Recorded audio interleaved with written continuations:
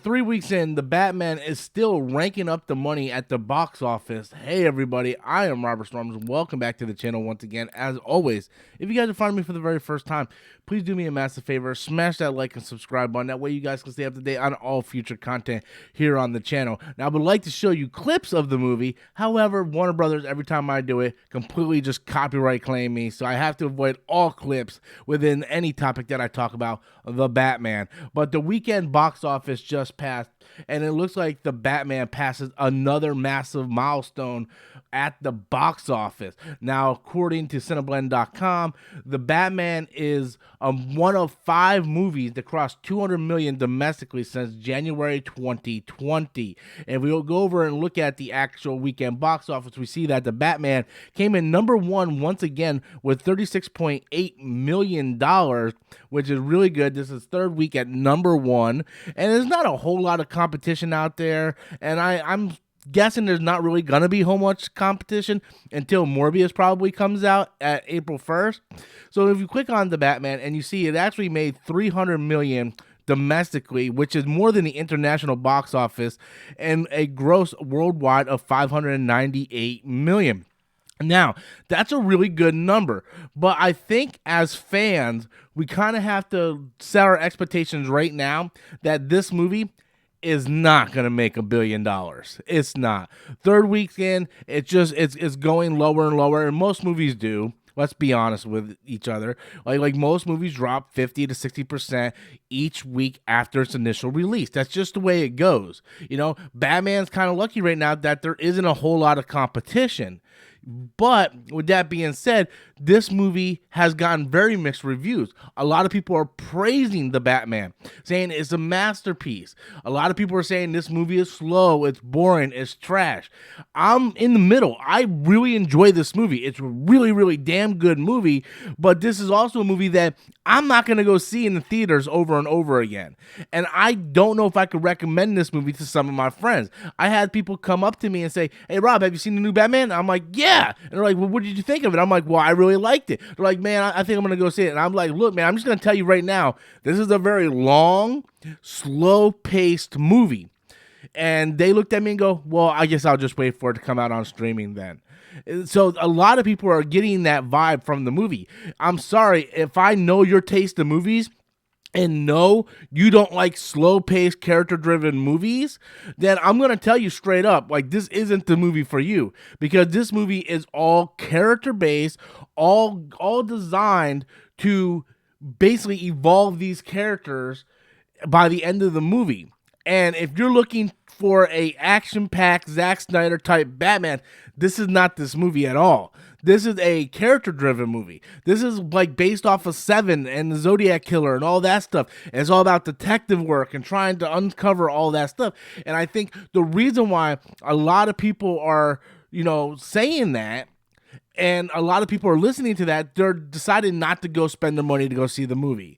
Me, I thought the movie was brilliant. I wouldn't call it a masterpiece, but I thought it was a damn good movie. I enjoyed it, but I can see where a lot of casual audience members, this is not their cup of tea. They want to go in and be entertained. This is not the Batman movie that's going to entertain you. If you want to entertain, Spider-Man No Way Home, I believe, is still in theaters, and it still is making quite a bit of money.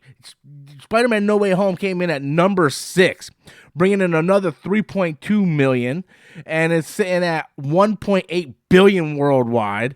So if you want a movie that's just going to be popcorn flick entertain, then Spider-Man No Way Home is the movie for you. If you want a movie that's very character driven, that is solving crime, seeing Batman from a different perspective, is drawn out, and is really detailed on story, then the Batman is for you. But unfortunately, I feel a lot of audience members, especially casual audience members, aren't going to gravitate toward that.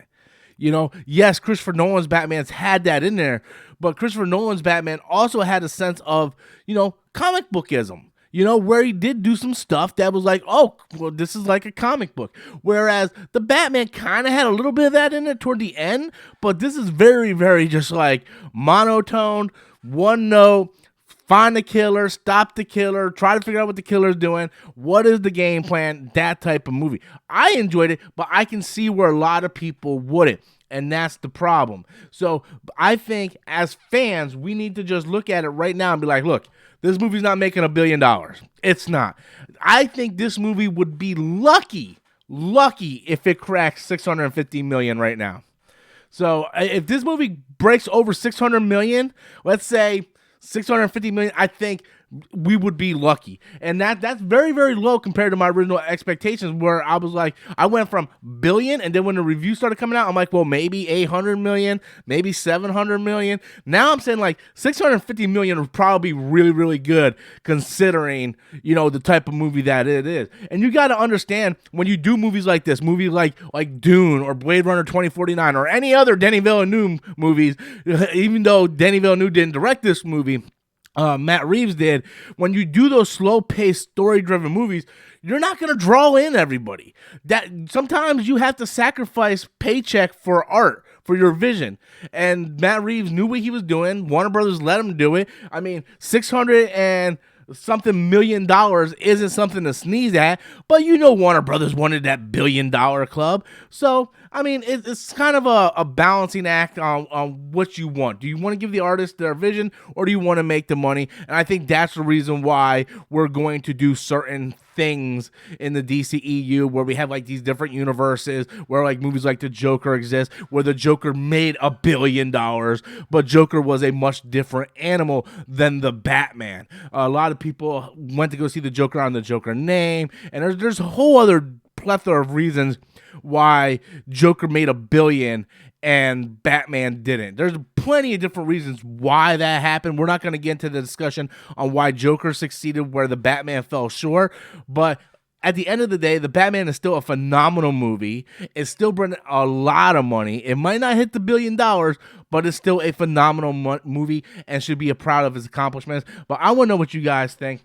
Leave those comments in the comment box below, guys. Also, if you could do me a massive favor, I have a gaming channel over on my secondary YouTube channel called Robert Storms Gaming. We are trying to get to 1,000 subscribers. I can only do that with each and every one of your help. I have tons of videos on news, reviews, and playlists on live streams. If you guys can check that out, I would very much appreciate it. I will have the link in the description box below, as well as the pinned comment.